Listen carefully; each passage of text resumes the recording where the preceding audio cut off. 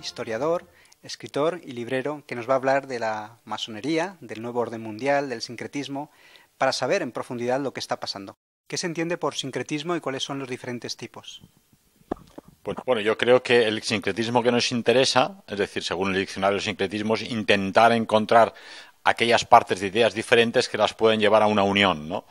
Pero el sincretismo que nos interesa es aquel que pretende el sistema actual para llevar todas las religiones a una única religión, de forma que cualquiera que no se doblegue a esta idea de una religión universal será declarada secta. Es evidente que para nosotros católicos pues hay realmente pequeñas sectas religiosas, sobre todo entre los protestantes, como sabéis. Lutero cometió el error de dividir la cristiandad. Después de él, pues lógicamente le salieron multitud de sectas de calvinistas, esvinglianos, testigos de Jehová, cristianos renacidos, y esto no tiene fin, porque como sabéis, una autoridad discutida es una autoridad perdida. Cuando se discutió la autoridad de la Iglesia de San Pedro, que es la que recibió las llaves de Cristo, pues aquello fue una catástrofe. Y creo que los esfuerzos de la cristiandad toda y de la catolicidad también ha de ser a la unión de los cristianos otra vez bajo la unidad de la Iglesia, que es la Iglesia católica, lógicamente. Pero ¿por qué el sistema quiere intentar llevarnos a este sincretismo? Porque ellos saben que el ser humano viene de Dios y va a Dios, no hay otra. Y la religión forma parte de su ser, como el pez del agua. Un hombre sin religión es un hombre perdido en el marasmo de los pecados del mundo y de la vida cotidiana, corriendo hacia ninguna parte. Sabiendo esto, quieren engañar a esa humanidad que lleva impreso en su corazón la necesidad de Dios, ofreciéndole una pseudo-religión, es decir, una religión que sustituya a las religiones cristianas, una religión, entre comillas, que se adaptará a los deseos humanos, es decir, más a aquello que desean los hombres y no a aquello que desea Dios, ¿no? Entonces, ese sincretismo de alguna forma va a ser la trampa con la que los cristianos y en general todos los creyentes de la humanidad serán llevados a una esclavitud hacia un gobierno mundial que será un gobierno de este mundo absolutamente terrenal, con gobernantes no espirituales, sino mundanos. Bien, le vamos a pedir ahora que hable concretamente del sincretismo cultural: cine, radio, televisión, literatura, música, pintura, etcétera. Es un tema altamente preocupante y es un tema, además, ligado a tu primera pregunta. Es decir, una vez conseguido ese sincretismo religioso, se trata de gobernar a la humanidad con una neocultura que elimina todos los valores tradicionales y la identidad de los pueblos, lógicamente. Por ejemplo, fijaros que a nivel de escultura, si tú viajas por la autopista, encuentras hierros retorcidas, piedras informes, vigas de hierro. Y prácticamente en las exposiciones no hay la figura humana, que es la creación del Todopoderoso. Nosotros fuimos creados a imagen y semejanza del Creador. Se trata de negarle al ser humano esa semejanza con el Creador y hacerle olvidar su origen. Entonces, ahora, de forma que esa escultura o esa comprensión del arte sea o pueda ser universal, la escultura ya no puede identificarse con un pueblo, una raza o una cultura concreta. Si tú ves las esculturas de Miguel Ángel o las de Juan de Ávalos, te das cuenta, lógicamente, que es un ser humano identificable con nosotros, ¿no? Cuando ves las esculturas abstractas, no te identificas en absoluto. Y, de hecho, necesitas un libro de 1000 páginas con algún intelectual que te explica lo que el artista quiere decir con aquello. Pero no llegas al corazón de los niños ni de los campesinos. Por lo tanto, no hay amor en el corazón del artista, por lo tanto, no hay Dios. Lo mismo hablamos de la música. Escuchaba el otro día en Radio Clásica que decían es un caso único que la música dodecafónica o atonal se mantenga, porque sabemos que nadie la escucha y nadie tiene interés por ella. Pero pese a todo, cada día en horas determinadas es programada. ¿Quién decide esa programación y por qué? Si un joven acostumbrado a la música de discoteca un día pone radio clásica y escucha la pastoral de Beethoven o las 4 estaciones de Vivaldi, dirá, ostras, hay cosas más bonitas que aquello que me ofrecen en la discoteca. Pero si le ponen música dodecafónica, dirá, vaya rollo, después de 10 minutos de ñigo ñago, que escuchan estos de la música clásica, ¿verdad? Lo mismo podemos hablar de la pintura. Es decir, uno puede hablar de Dalí y discutir si le gusta o no. Tiene obras geniales como La cesta de pan, donde representa a Dios y representa simplemente con un trocito de pan. Este hombre sabía pintar. Era un hombre extravagante y tiene sus extravagancias, pero era un artista, a diferencia de Miró. Miró no tiene ninguna obra en la que pueda demostrar él era un pintor. Picasso tiene su época azul, pero luego tiene su época de mamarrachadas, ¿no? Y Picasso mismo afirmaba en sus libros: soy una prostituta intelectual, porque hago aquello que me exigen los marchantes y no lo que yo creo que tuviese que hacer, ¿no? Pero Miró, a lo sumo, podría decirse que es un grafista con puntos de colores, pero esos grafismos los puede hacer cualquier niño pequeño, ¿verdad? Entonces, la destrucción de la escultura, de la pintura, de la música, que es el segundo brazo espiritual del ser humano después de la religión, donde puede elevar a la humanidad hacia una vida espiritual y sensible, está siendo destruido también, ¿no? Todo esto no es casual. Existe, como sabéis, la Escuela de Frankfurt, que en los años 30 estaba precisamente en Frankfurt, en Alemania. Al subir Hitler al poder deciden escapar a Nueva York, y en Nueva York, con sus correligionarios, continúan trabajando cómo transformar el corazón y la mentalidad del ser humano y transformar las sociedades para destruirlas, ¿no? Y en eso estamos. Ayer leía una noticia de los servicios secretos austriacos donde decía, se sabe de forma fehaciente que organizaciones norteamericanas financian la inmigración masiva de africanos a Europa. Lógicamente los africanos son tan seres humanos como tú y como yo, hijos de Dios, pero Dios ha dado a cada población y a cada cultura y a cada raza un territorio donde habitar, ¿no? Y una diferenciación. Yo he dicho muy a menudo, y parece broma, si Dios hubiese querido a todos los seres de color verde, nos habría hecho verdes, pero ha hecho negros, blancos, amarillos, ¿verdad? Porque ahí está la belleza de la creación, que está en la diversidad. Pero ¿por qué tienen organizaciones norteamericanas interés en importar 30 o 40 millones de africanos a Europa? Simplemente para destruir la cultura europea. A fin de cuentas, la cultura europea no es más que el reflejo de la cristiandad. Porque la pintura, la escultura, la música, la civilización, las ayudas sociales, la concepción política de la mentalidad europea está basada en la cristiandad. Si esta concepción, este pueblo, esta cultura es destruida mediante una mezcla forzada de 40 millones de africanos y 40 millones de asiáticos, primero la cohesión social desaparece. Claro, tú podrás querer mucho al negrito que viene de un pueblo perdido de África, pero primero quieres a tu hija y a tu familia, ¿verdad? Y te entiendes más con los vecinos que se parecen a ti, que piensan como tú, que tienen la misma mentalidad.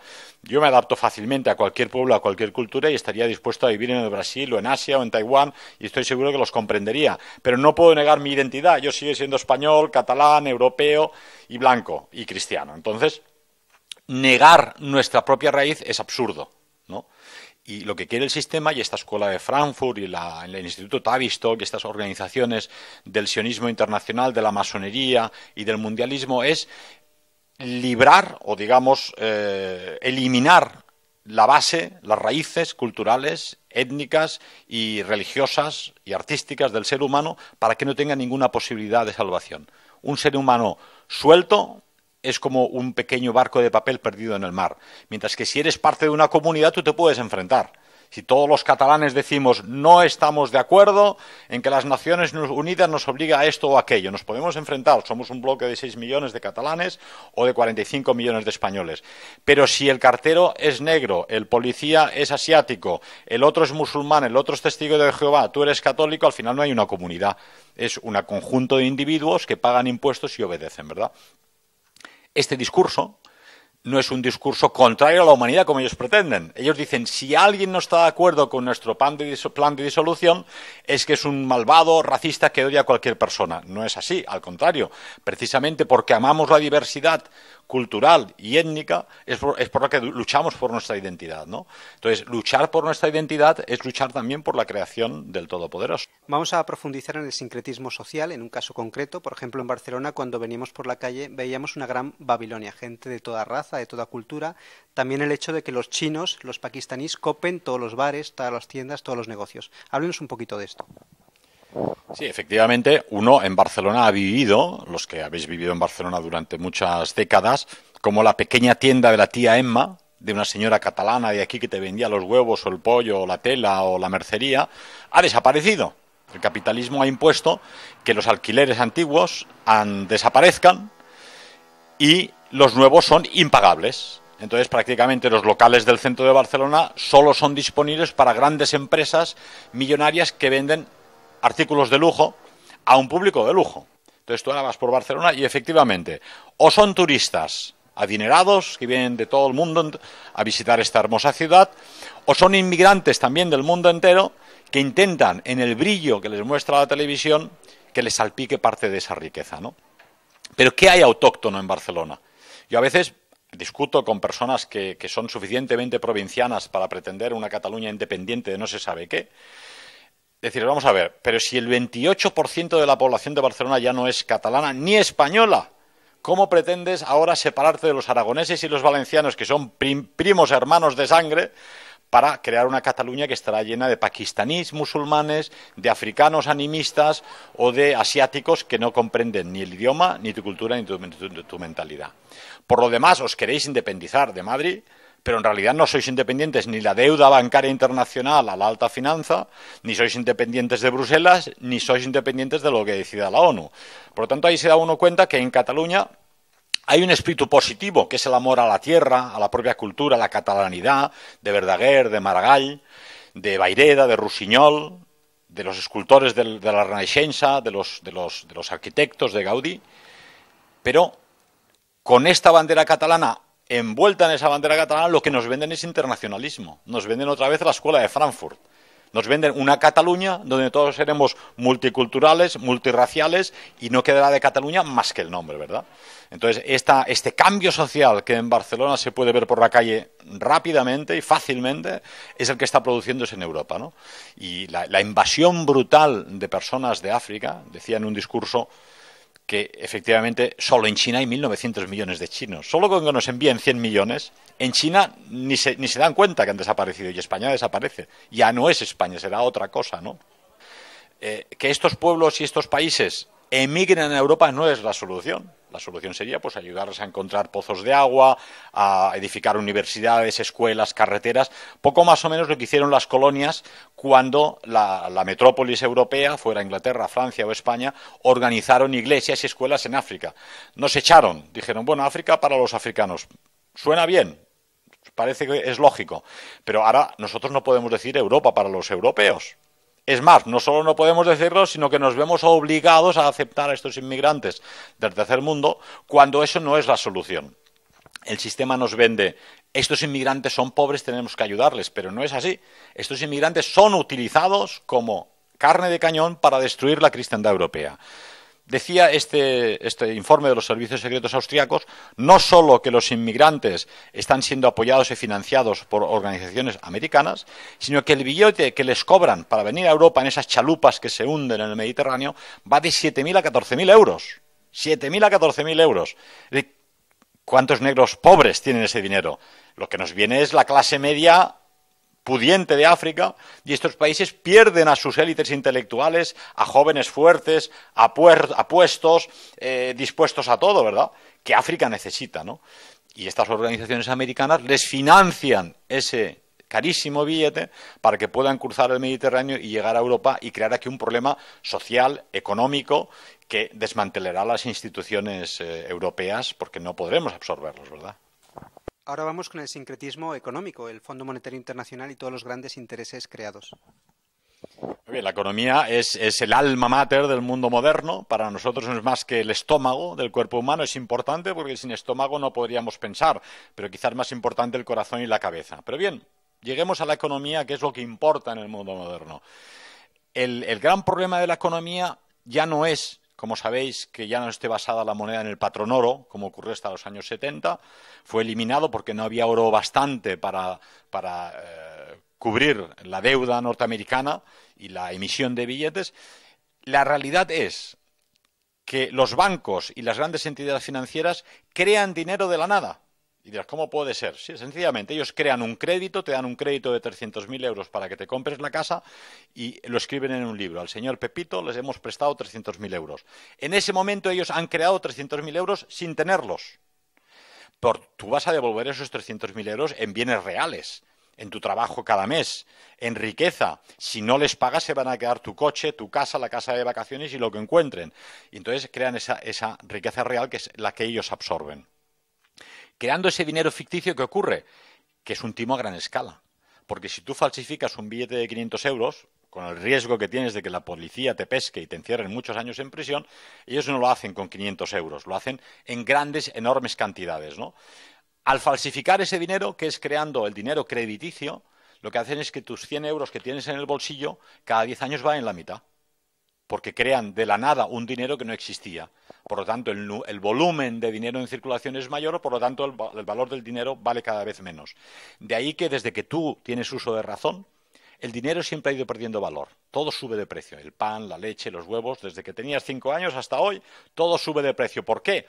Porque hay que ir compensando constantemente esa invención de dinero que el Fondo Monetario Internacional, la Reserva Federal en Estados Unidos, que no deja de ser una entidad privada, como sabes, es decir, no es una entidad del gobierno norteamericano, sino 12 grandes bancos, en la cúpula de los cuales está la familia Rothschild, una familia judía, y entre ellos están Salomon Brothers, Goldman Sachs, los Warburg, los Rockefeller, etcétera, que son los que, por cierto, han prestado dinero a Grecia, sabiendo que no lo podría devolver, diciéndoles, os prestamos el dinero, tranquilos, que la Unión Europea nos pagará la deuda de vuelta.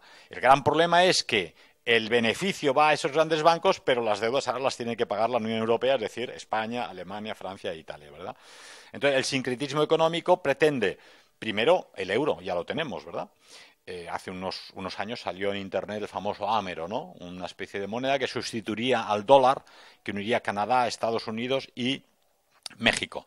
Entonces, lo que pretende realmente es unificar las monedas internacionales para que ese poder que ya tienen sobre el dólar y sobre las monedas occidentales se extienda a nivel planetario.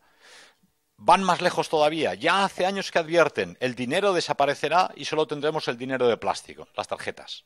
Ahora ya el gobierno de Dinamarca, que es un país que, como sabes, se enfadó porque el gobierno pretendía meter a Dinamarca en el euro por la puerta de atrás, los daneses dijeron por ahí no, y se han mantenido en la corona danesa, aunque está equiparada con el euro, ¿verdad? Pues ya en Dinamarca se habla en serio de eliminar el dinero y que solo exista el dinero de plástico. Es prueba del futuro. Cuando solo tengas dinero de plástico, no podrás guardar ni 100 euros en los calcetines para comprar regalos a tus nietos, ni tener independencia alguna. El sistema sabrá exactamente qué dinero cobras. Si no eres fiel al sistema, lógicamente tu tarjeta de plástico no tendrá un duro. Serás un paria de la tierra. Sabrán dónde compras, qué haces, qué avión has tomado, a qué lugares vas. Tendrás absolutamente pérdida de independencia. Pensar que el dinero en sus orígenes, y por simplificarlo, pues era muy sencillo. Es decir, uno cazaba un mamut después de 3 días de correr y otro cazaba 5 jabalíes después de 3 días de correr. Como pesaba mucho el mamut, pues inventaron una piedra donde a un lado estaba el mamut y al otro los 5 jabalíes. Entonces dije, no, esto es un instrumento de cambio, como el metro y el kilo. Yo te cambio mi mamut por mis 5 jabalíes porque es que traerlos pesa, ¿verdad?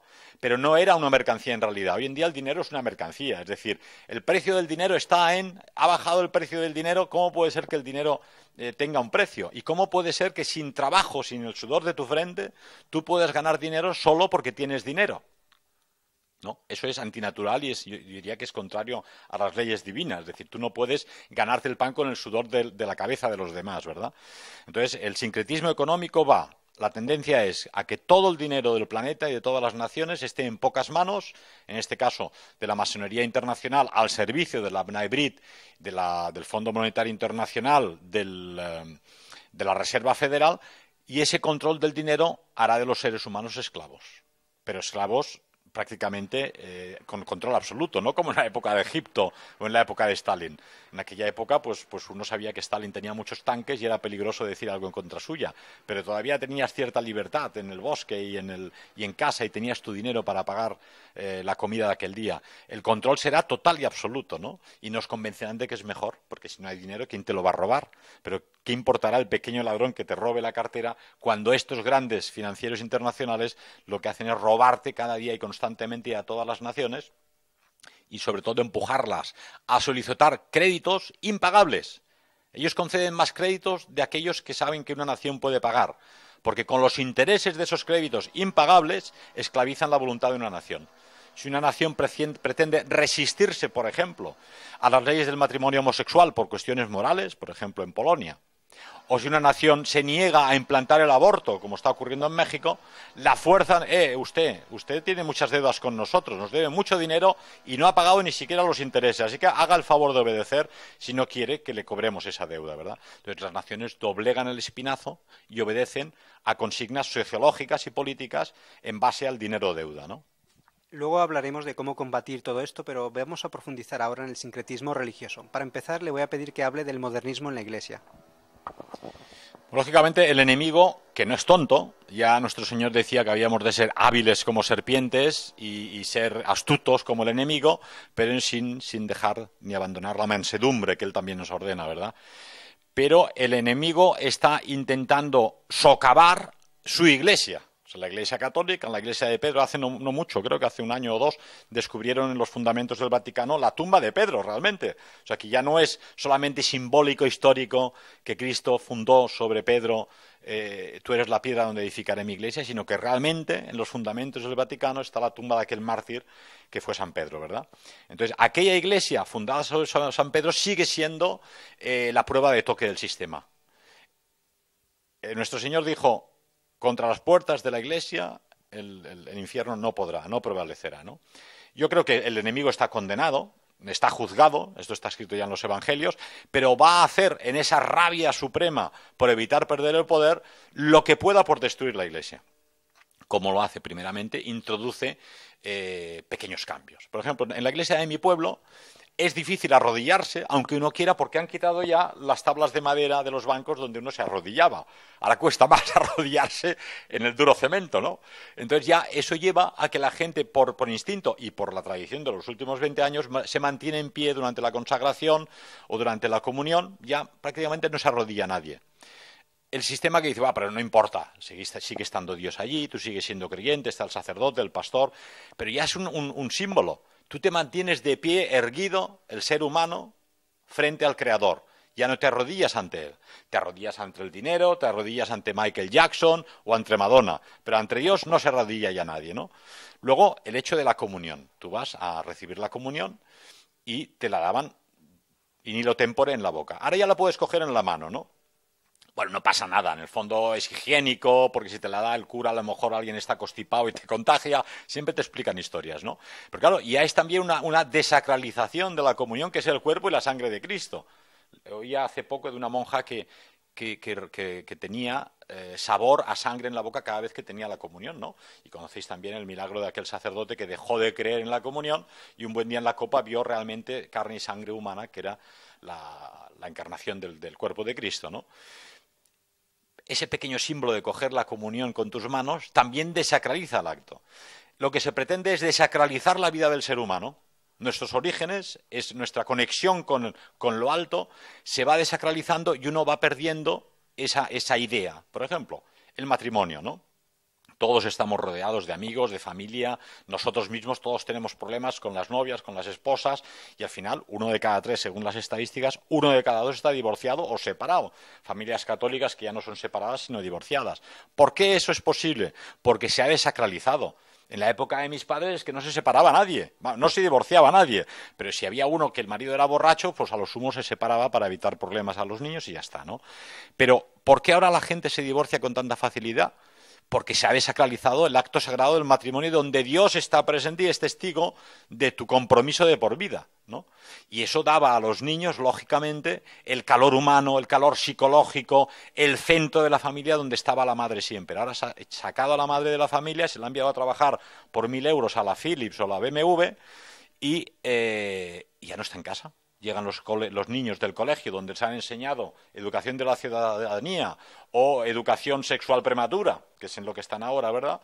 Y no hay nadie en casa. Y enchufan el iPad, enchufan la televisión y hay unos programas horribles de chicas de 16 años contorsionando el cuerpo y los niños con 8 años imitan lo que ven, ¿verdad? Entonces, esa desacralización del hecho sagrado en la Iglesia lleva a desacralizar la vida del ser humano y la vida de la familia, ¿verdad? Entonces, esa destrucción lenta llevará a que un día convencerán a los curas pues que no lleven sotana, que ya hay muchos que no lo llevan, ni llevan el clériman, y luego pues que lo de la misa sí, pero no, en Navidad y el día de los entierros y bautizos, pero el domingo ya no vale la pena, ¿verdad? Y si te confiesas una vez antes de morirte, al final ya no queda nada. ¿Qué se ha conseguido con esa vía tibia de la fe? Desde el Concilio Vaticano II, que la Iglesia, intentando ganar adeptos y ganar simpatías entre la juventud, adoptó hace 30 años, ¿no? Pues que se ha perdido a la juventud. Yo voy a la Iglesia y solo veo gente mayor. Jóvenes, poquísimos, ¿no? Y dices, los jóvenes están en el gimnasio, vas al gimnasio al mediodía, está lleno de gente joven haciendo musculitos, chicas poniéndose monas para la playa. O sea, yo no tengo nada contra el deporte ni contra la gimnasia, porque es cuerpo sano y mente sana, incorpore sano. Pero sí es cierto que ahí te das cuenta que el mundo moderno da una gran importancia a la parte física del ser humano y se olvida totalmente del alma. Porque bueno, es que no vamos a la iglesia porque no nos dice nada. Bueno, pero ¿a dónde vais entonces? Tampoco es que no van a ninguna otra parte. Unos creen en las estrellas, en los platillos volantes, en que vendrán los marcianos a salvarnos, no se sabe de qué realmente, ¿no? Porque el ser humano sigue teniendo necesidad de fe y se agarra a un clavo ardiendo, ¿verdad? Pero en realidad se trata de una sustitución de la fe verdadera, que como sabéis es nuestro Señor Jesucristo, por un sustituto, un Nescafé, un Ersatz, que se diría en alemán, descafeinado, de la fe, que son toda una serie de creencias inútiles. Vamos ahora a un tema importante dentro del sincretismo religioso, poner todas las religiones al mismo nivel, dar derechos al mal y al error. Claro, ese es el primer gran error. Es decir, yo no sé las demás religiones, sí sabemos lo que quiere el gobierno mundial, ponerlas a todas al mismo nivel para quitar nivel a la Iglesia de nuestro Señor. Pero lógicamente ahora hablamos desde el punto de vista como católicos. Nosotros sabemos que la Iglesia católica es la Iglesia de San Pedro y es la Iglesia de nuestro Señor, ¿no? Es donde Él está. Si nosotros le damos la razón, yo tengo toda la simpatía del mundo por los budistas, son de las pocas religiones donde hablan de los animales, yo soy amigo de los animales, pero no deja de ser una religión humana, hecha por personas y por seres humanos en base a la sabiduría tradicional del mundo asiático, ¿verdad? Y hay otras que son iglesias evidentemente erróneas, ¿no? En el mundo protestante o en el mundo musulmán, incluso el judaísmo, que en sus orígenes tuvo tanto que ver con la venida de nuestro Señor Jesucristo, por cabezonería no quisieron reconocerle, afirmaron que su sangre caiga sobre nosotros y sobre nuestros hijos y en eso estamos, ¿no? Entonces ellos pretenden llegar a un gobierno mundial en el que el judaísmo dominará a las demás naciones y estoy convencido de que muchos de ellos no por maldad, algunos los hay sin duda, sino porque piensan que están sirviendo a Dios, están sirviendo al plan donde ellos son los elegidos y vendrá por fin el Mesías que ellos esperan y con eso vendrá la salvación del mundo, del pueblo elegido lógicamente y los demás pueblos sirviéndoles, ¿no? Pero la Iglesia Católica no puede aceptar todo esto, porque si la Iglesia Católica, por presión política y periodística, se acerca tanto al judaísmo que niega a nuestro Señor y dice, no, es que nosotros son nuestros hermanos mayores, nos hemos de judaizar, y al protestantismo judaizó bastante la cristiandad, ¿no? Si la catolicidad, por ganarse las simpatías de otras religiones, organiza encuentros ecuménicos de 5, 6 o 7 religiones diversas, donde por convencimiento sabemos que son erróneas, hace flaco favor a nuestro Señor y flaco favor a la catolicidad y a la cristiandad. Lógicamente, como religiosos, los católicos tienen que escuchar a todo el mundo, pero siempre han de decirles, estáis equivocados, y entonces intentar evangelizarlos según nuestra propia fe, ¿verdad? Entonces, el punto decisivo, el Rubicón será Cuando la Iglesia hasta ahora, que simplemente muestra simpatía hacia otras religiones, se acerca al judaísmo, cuando le exijan, ahora usted renuncie a ser la Iglesia elegida de nuestro Señor, porque vamos a hacer una Iglesia universal para que no haya más peleas, para que no haya más guerras religiosas, hacemos una nueva religión universal. Ese será el punto de no retorno, donde la Iglesia tendrá que decir sí o no, y lógicamente tendrá que decir que no. Si dice que sí, estamos perdidos, ¿verdad? Al hilo de todo esto, ¿hasta qué punto fue dañino declarar el Estado español aconfesional? Bueno, yo creo que estamos en el mundo moderno y lógicamente tenemos que seguir las leyes del mundo en todo lo que no es pecado, decía Juan Pablo II.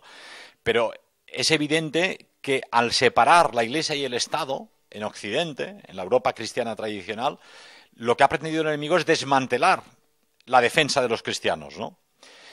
He dicho en alguna ocasión que el enemigo, muy sabiamente, primero con la Reforma Protestante, fue el gran golpe contra la cristiandad, siempre con excusas que parecían positivas. Luego, con la Revolución Francesa, se discutió la sacralidad de la monarquía absolutista y se eliminó la monarquía y se entronizó a una prostituta como la diosa Razón en la Catedral de Notre Dame de París.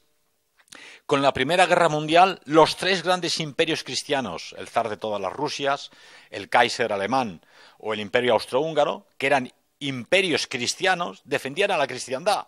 O sea, todo el pueblo cristiano en Europa estaba organizado en tres grandes imperios cuya misión y su existencia estaba basada en la cristiandad y en defender a su pueblo cristiano. Esos tres imperios fueron desmantelados, se crearon naciones que empezaron a ser aconfesionales. Y con la Segunda Guerra Mundial, el fin fue aniquilar a las élites cristianas de todas las naciones. Pensemos en la Guardia de Hierro de Codreanu en Rumanía, aniquilada por su fe tremenda, donde oraban y rezaban antes de cualquier mitin, ¿verdad?, o de cualquier obra pública que llevaban a cabo. Las élites italianas, donde los comunistas mataron a 105.000 italianos, acabada la Segunda Guerra Mundial, en una guerra civil poco conocida, ¿no? No hablemos de la guerra civil en España, donde fue una guerra de religión prácticamente. Solo en la diócesis de Barcelona, en la catedral, aunque con menos velas que en las demás capillas, está la capilla a los 900 sacerdotes y religiosas asesinados en la diócesis de Barcelona. 900, obispos incluidos, ¿no? Y en Alemania también, en toda Europa, el comunismo invadió Europa y lo primero que hizo es aniquilar a la cristiandad en todos aquellos países que invadió. Bulgaria, Polonia, Checoslovaquia, Yugoslavia, Alemania Oriental, la Rusia misma, ¿no? Pese a todo, la fe de las abuelas ha conservado, por ejemplo, en Rusia, esa fe que parecía desaparecida con sus pequeños pantocratos en las pequeñas casas de campo, y la fe ahora parece que vive un revival en Rusia, ¿verdad? Pero la misión nuestra habría de ser ahora que ese revival que se produce en Rusia se produzca también en Occidente, donde no la pobreza, no la esclavitud, no los campos de concentración, sino las cadenas de oro, la televisión, los medios de comunicación, el escepticismo, el materialismo, el hedonismo y las panzas bien llenas están llevando a las personas a enterrar bajo muchas capas de placer la fe que heredamos de nuestros abuelos y que es el fin último de nuestra existencia, ¿no? Hemos de hacer lo que podamos, lo que hacéis vosotros con vuestro trabajo, por desenterrar esas capas de barro y despertar en cada ser humano en Occidente la fe que un día tuvimos. ¿Quiénes están detrás de todo este sincretismo y cuál es el fin último que persiguen? Bueno, mencionar a quienes están detrás del sincretismo es meterse en un berenjenal, porque como sabes ya existe legislación donde te prohíben decir que no te gustan los homosexuales. Y el otro día hablaba con alguien, siempre ha habido homosexuales y estaban en su casa y hacían o no las marranadas que quisieran, pero era su problema. Hoy en día es que lo hacen en la calle.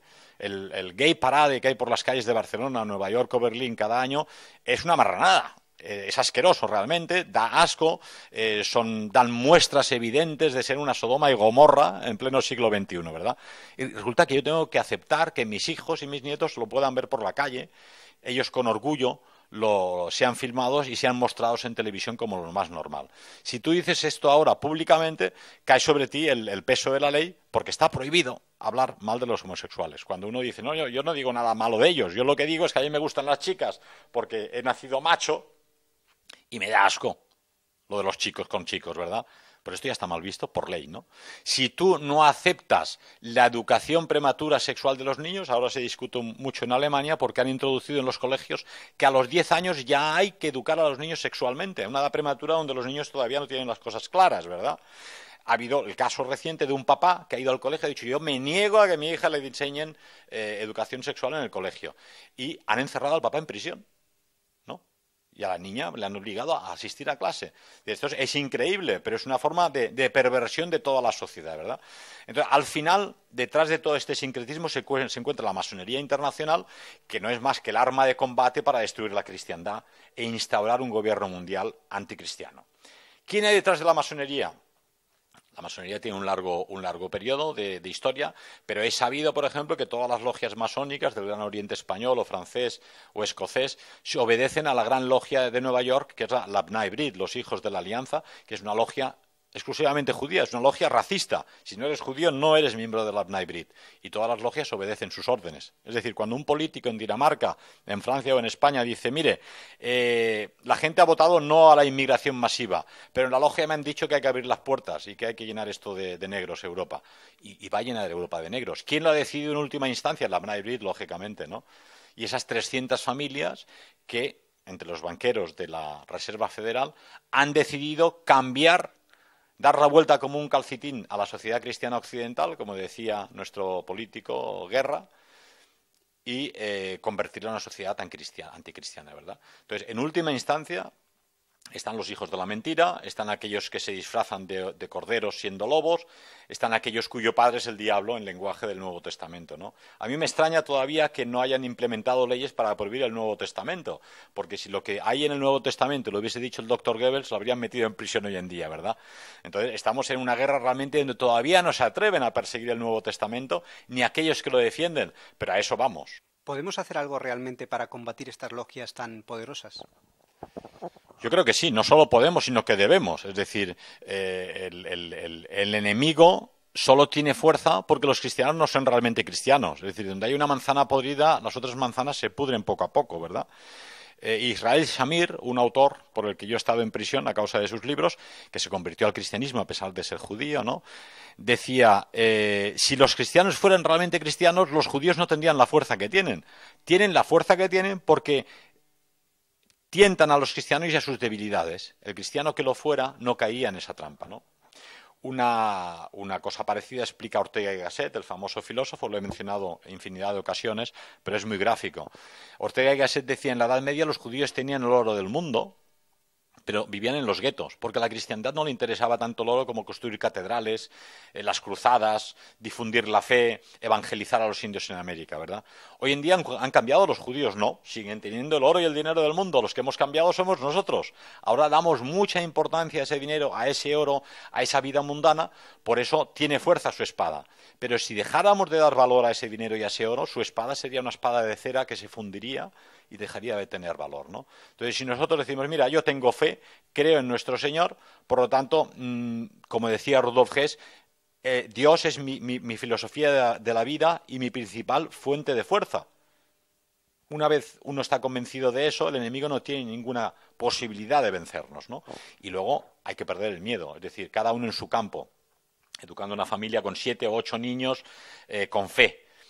Plantando árboles, defendiendo animales, siendo profesor y educando a los niños en el colegio, actuando en política, editando libros, todo el mundo en su campo puede hacer una fuerza contraria al enemigo, contraria a la masonería, pero de signo contrario.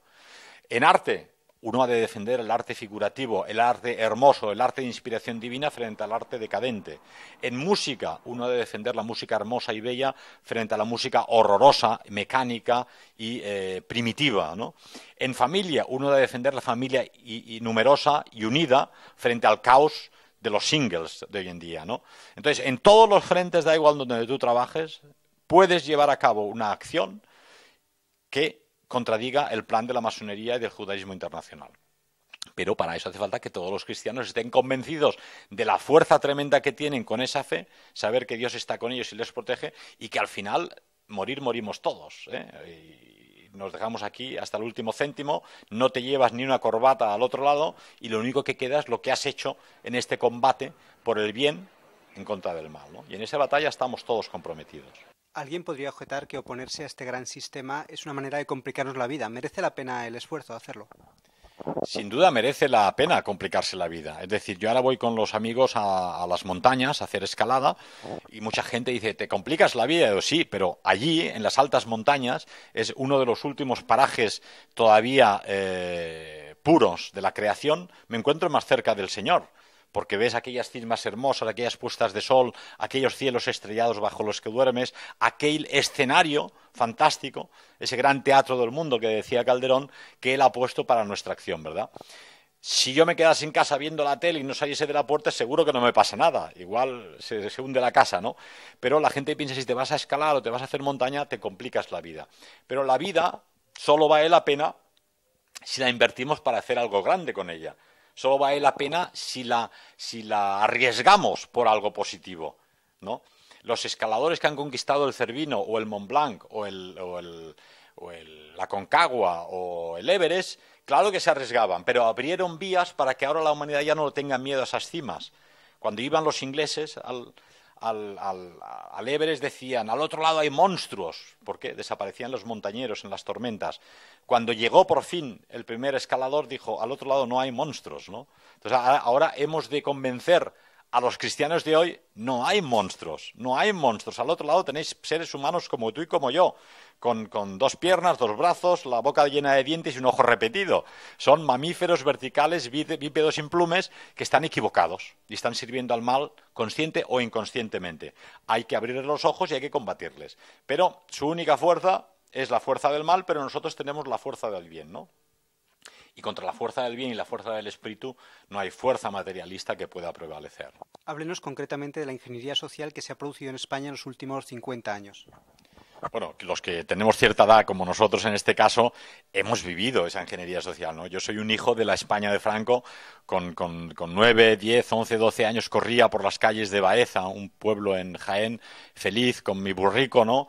Podías dejar las puertas abiertas de las casas, incluso en Barcelona, había el sereno por la calle, solo necesitaba una llave para entrar en casa, ahora necesito 2 de la portería y 2 de casa, he de llevar por lo menos 4 o 5 llaves para entrar en mi casa, ¿no? La seguridad ciudadana ha desaparecido, el respeto y la autoridad de los padres ha desaparecido. Antes a los niños los educaba papá, mamá, el profesor en el colegio y el cura el domingo que le decía no digas mentiras y no robes, ¿no? Hoy en día no tienen ninguna autoridad ni el cura, ni el profesor, ni los papás. Los educa la televisión, los educan los amigos, los educa el programa educativo del gobierno de turno, ¿no? Según las directrices internacionales.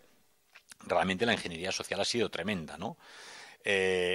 A la juventud, que es la que tiene el vigor, el entusiasmo, que es aquella que puede cambiar el mundo y de hecho en todas las épocas cambia la sociedad y la mejora, la han destruido con las drogas, con el alcohol, con el cubata, con la litrona. Los viernes y sábados noche ves por Barcelona a los chicos con botellas de vodka, de coñac y de whisky, pero están locos, van a destruir todas las pocas neuronas que les quedan, ¿verdad? Los meten en esas discotecas oscuras llenas de humo con una música que destruye cualquier neurona positiva y cualquier sentido de la estética, ¿no? Y realmente ahora ya, como hemos hablado al principio, se está produciendo la gran sustitución, es decir, sustituir a la población. 52 millones de abortos anuales, según el Vaticano, 52 millones, es la desaparición completa de una nación como Francia cada año. En España creo que están en 112.000 abortos anuales. 112.000 abortos, cuando se podría decir, usted no quiere de verdad a este bebé. Hay miles de españoles que no pueden tener niños que quisieran adoptarlo, ¿no? Se podría organizar la adopción de los bebés no deseados. ¿Qué se hace? Justamente el número de inmigrantes hasta hace poco era unos 120.000 anuales. Ahora ya se ha disparado al doble, ¿no? Pero se produce esa sustitución. A los europeos se les convence de que no tengan niños, que los aborten. Veía un anuncio en una revista francesa hace un par de días, decía la píldora tal contra del día después, cuidamos de tu salud. Como si la concepción de la vida fuera una enfermedad. Tienes que librarte de una gripe molesta que es un bebé que te llega, ¿no? Es horroroso, es decir, se considera a la vida por nacer una enfermedad y a la chica que está en estado una chica enferma. Y para estar bien vista tienes que tomarte la píldora del día después o la RU, no sé qué número, para que aborten, ¿no? Y simultáneamente el sistema nos dice, pero es que no hay población para pagar las jubilaciones. ¿Quién va a pagar la seguridad social? Necesitábamos inmigrantes porque carecemos de población. Se produce la gran sustitución.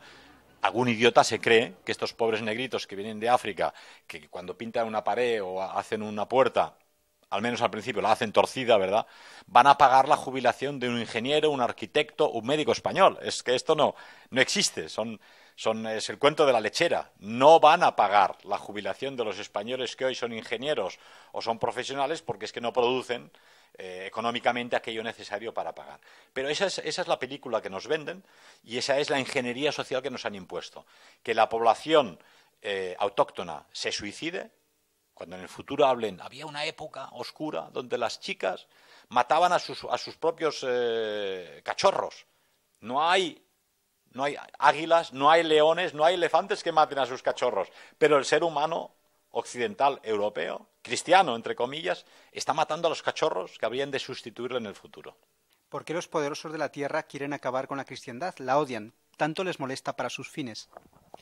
Yo creo que aquí hemos hablado en general de todo, de arte, de economía, de población, de ingeniería social, pero al fin la gran batalla es la batalla que se inició en el paraíso terrenal, ¿no?, que es la batalla de la serpiente contra el Creador, que intentó enredar a Adán y Eva.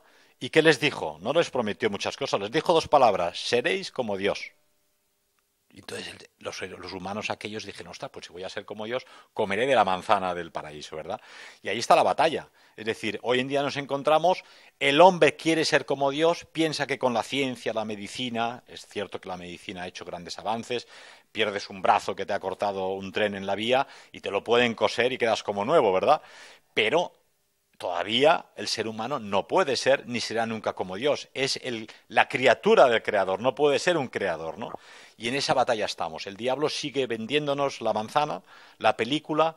Si me hacéis caso a mí, seréis como Dios. Tendréis internet, iPads, podréis hablar por Skype con alguien de Australia, podréis volar todos con Ryanair de vacaciones a cualquier punto del planeta, pero eso no os hace como Dios. Os hace más pobres espiritualmente y os hace esclavos de muchísimas cosas materiales, ¿verdad? El odio del sistema actual contra la cristiandad es porque la cristiandad vuelve al ser humano, le dice alto y le llama la atención. Piensa que polvo eres y en polvo te convertirás, que tus días están contados y que mañana puedes desaparecer y entonces te serán contadas, como dice Gracián, todas las malas y ninguna de buena. Entonces es importante la cristiandad porque advierte al ser humano cuál es el futuro, que tanto acumular riquezas materiales no le va a dar la paz, que la paz le va a venir con el amor de corazón, con la fe, con la conversión, y que es Cristo el único que es el Salvador verdadero, ¿no? En el momento en que la cristiandad o la Iglesia católica desaparecieran, que los evangelios desaparecieran y que nadie anunciase esa buena nueva del nacimiento de Cristo, ya la Navidad hoy en día prácticamente es un gran mercado donde suenan repetitivas esas melodías y lo importante es que todo el mundo venda mucho y todos compramos mucho. Pero casi todos se olvidan del mensaje originario de la natividad, que es el nacimiento del Hijo de Dios, ¿no?, que es el Salvador. Entonces, la cristiandad tiene que ser aniquilada para que la masonería internacional y el sistema mundialista venza, y al final el que vence es el diablo. Pero sabemos, los convencidos, los creyentes, que no tendrán éxito, pero Dios quiere que de alguna forma los que estamos aquí a golpe de calcetín cada idea, es decir, el personal de tierra, le echemos un poco el hombro y le ayudemos en este gran plan. Según todo lo que está diciendo, ¿cómo se imaginan las sociedades futuras? Bueno, según lo que vemos hoy en día, todo parece tener un significado negativo y muy pesimista, ¿verdad? Uno se imagina todos estos conspiranoicos. Hay los conspiracionistas, como sabéis, y los conspiranoicos. Conspiracionistas son aquellos que creen que se producen conspiraciones en la humanidad. Si tú tienes 2 o 3 hermanos y recibís una herencia del abuelo, conspiráis para ver cómo invertís aquel dinero, ¿no? Conspiranoico es el enfermo, el que ya solo ve conspiraciones en todas partes, hasta en el hecho de que salga el sol cada mañana, ¿verdad? Entonces, si eres un poco conspiranoico, piensas, vamos a ver, van a eliminar el dinero, impondrán el dinero de plástico, van a invadir Europa con 50 millones de africanos, el hombre blanco desaparecerá, van a imponer un sincretismo religioso y empujarán a la cristiandad al minimalismo y al final quitarán la autoridad al Vaticano. Montarán un gobierno mundial y una moneda única. Seremos esclavos del sistema. Ayer veía en un programa alemán de televisión como Google, por ejemplo, que usa el 90% de la humanidad, ¿no? 1.000 millones de personas cada día, solo hay 2.000 millones que usan Internet, pero 1.000 millones usan Google, saben exactamente qué aviones has comprado, qué billetes, dónde has viajado, qué páginas has visitado, dónde vas, qué gustos tienes, si tienes un smartphone, a dónde te diriges, el GPS de tu teléfono, les dice prácticamente todo, lo saben todo de ti. Y los servicios secretos americanos decían, antes teníamos que espiar a la gente, ahora es mucho más fácil porque nos lo dicen todo, abren Facebook y lo ponen todo en Facebook, con quién te relaciones, con quién no. Si un día la policía te persigue, ya no podrás ir a esconderte a casa de ningún amigo, porque el sistema sabe exactamente quiénes son tus amigos del club de remo, del club de equitación, de la iglesia, del canto coral, de la universidad. Nos tienen a todos fichadísimos, ¿verdad? Entonces parece tener todo un significado negativo. Pero yo creo en que habrá un renacimiento de la fe. El ser humano no puede vivir sin fe y no puede vivir constantemente oprimiendo su vida espiritual. Y en esa vida espiritual que resurgirá, gracias, sin duda, a los pocos que todavía oren. Porque, evidentemente, nosotros tenemos que hacer películas, firmar entrevistas, hacer programas de radios, editar libros. Pero el poder de la oración es invencible, ¿no? Decía Santa Teresa de Jesús, la oración es el arma fundamental del hombre porque es la debilidad de Dios. ¿Dios qué pide? Orar. No es mucho, ¿verdad? Pero pide porque es su debilidad, que los seres humanos le recen, ¿no? Si el ser humano no le reza porque no le da importancia. Pero eso que cuesta tan poco esfuerzo y de 24 horas al día invirtiendo 15 o 20 minutos al día ya le haces feliz a él, la fuerza que tiene es inenarrable, ¿verdad? Ya no digo del rosario, que Nuestra Señora en Medjugorje, en este caso, en otras apariciones, ha dicho, rezad el rosario que yo estaré con vosotros, pero nadie le hace caso, ¿no? Entonces, a aquellos que son pesimistas y que se alejan de la fe, que vuelvan a la oración, y si no creen, que vuelvan al menos al silencio, al recogimiento, que se retiren al bosque, a la naturaleza, a pensar en ese Dios que ellos piensan que no existe y recuperarán esa fuerza y esa fe interior que les llevará antes o después a la victoria. Y estoy convencido que antes o después las fuerzas de Dios, que son las fuerzas del bien, serán las victoriosas, ¿no? Sí, sabemos que el destino de la humanidad lo dirige Dios, ¿no? Pero pareciera que lo dirigen unas pocas élites ocultas, ¿no? ¿Cómo se organizan? ¿Cómo las fuerzas del mal son tan eficaces? Bueno, yo creo que efectivamente Dios ha creado la humanidad y es amo y señor de esta humanidad y esta creación, pero el gran señor del mundo es el diablo, ¿no? Esto está clarísimo. El mundo, desde que es mundo, es propiedad y está dirigido y organizado por el diablo. Entonces, muy inteligentemente, príncipe del mal, organiza a los seres humanos que se han alejado de Dios para que le combatan y le ayuden en su plan. Lógicamente, el mal solo puede vencer en el secreto. Nosotros estamos explicando aquí ante la cámara lo que pensamos, lo que sentimos y lo que decimos, ¿no? Ellos no lo pueden decir, porque a pesar de que ellos dicen que su plan es bueno y que va hacia una mejora del ser humano y de la humanidad, saben que si la humanidad conociese el plan con antelación, no estaría de acuerdo y lo combatiría. Por lo tanto, todo el plan es secreto, el plan económico, el plan de ingeniería social, el plan de sincretismo religioso, el plan de destrucción de las identidades culturales y étnicas, el plan de destrucción del arte, el plan de destrucción de la belleza, del bien y de la bondad. Todo ha de hacerse en secreto, ¿no? Entonces, ellos se organizan, lógicamente, en logias masónicas, en grupos de poder, en esas 300 familias que hemos hablado en un principio, ¿no? Conoces, sin duda, los protocolos de los sabios de Sion, muy discutidos, se ha hablado mucho de si son una falsificación de la policía zarista o no, pero la pregunta decisiva, que es la que se hacía Julius Evola, era si non è vero ben trovato, es decir, fuera quien los escribió hace ya más de un siglo, todo lo que se escribió en aquellos protocolos de los ancianos sabios de Sion se ha cumplido punto por punto. Es más, ya son pasado, porque todo lo que anunciaron se ha cumplido y ya estamos en una fase posterior, ¿no? En unos post-protocolos de Sion, ¿no? Entonces, ahí, leyendo los protocolos de Sion, te das cuenta de cómo trabajan, de qué forma hábil han planificado este plan pacientemente a largo plazo, ¿no? Hay muchos autores que analizan no solo este plan, sino otros muchos planes. Aquí, por ejemplo, tenemos el libro de Adrián Salvucci, un gran intelectual argentino, periodista de Russian Today, El cerebro del mundo, la cara oculta de la globalización, ¿no? Pues como muchos otros, hablan de estas cuestiones de forma muy inteligente. Cada vez son más personas que conocen este plan, que conocen que el enemigo se organiza en secreto y que pretenden un plan global de esclavización de la humanidad, ¿verdad?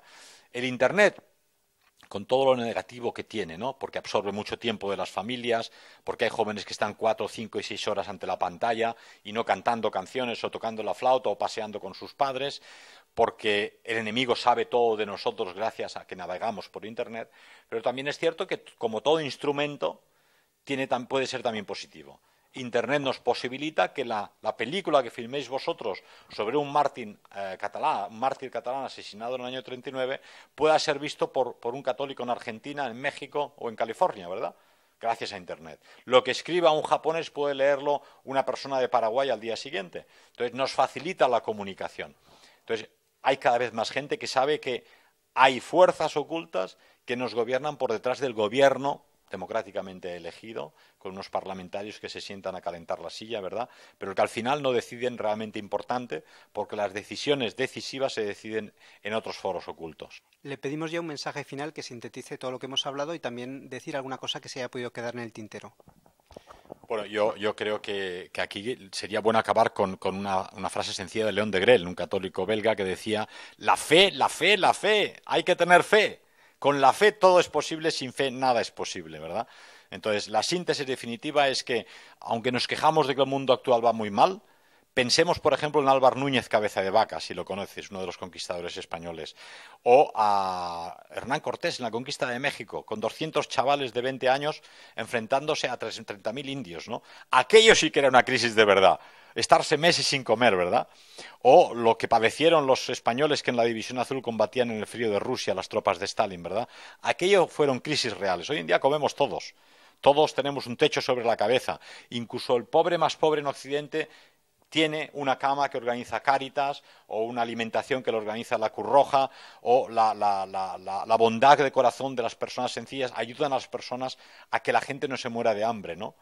El conocimiento humano ha llevado a que la medicina cura a los enfermos prácticamente de todo el planeta siempre que se pueda, ¿verdad? La situación parece crítica, pero no es tan negra como nos la pensamos. A veces el pez se empieza a pudrir por la cabeza y nosotros nos estamos pudriendo por la cabeza por falta de fe. Si tenemos fe, veremos las cosas mucho más transparentes, mucho más claras, y nos daremos cuenta que estamos mirando hacia abajo, hacia el suelo, y por eso no vemos el sol ni las estrellas. Salimos de una cueva muy oscura y miramos al suelo, entonces lo vemos todo oscuro. Pero si levantamos la cabeza nos damos cuenta, no está tan mal la situación. Solamente hemos de tener fe, hemos de mirar al cielo y tener fe, y entonces la victoria será posible. Muchas gracias, Pedro, por tus conocimientos, por todo lo que has aportado en esta entrevista, y espero que ayude a las personas que vean esto con recta intención a darse cuenta un poquito de lo que está pasando y obrar en consecuencia. Muchas gracias a vosotros por vuestro trabajo desinteresado, que es fundamental. Mi conocimiento es muy pequeñito, como decía el sabio, solo sé que no sé nada, pero si tienes un poco de empatía de corazón, descubres lo necesario y lo suficiente para esparcir el bien, la verdad y la belleza que ha de ser nuestra misión. Gracias a ti.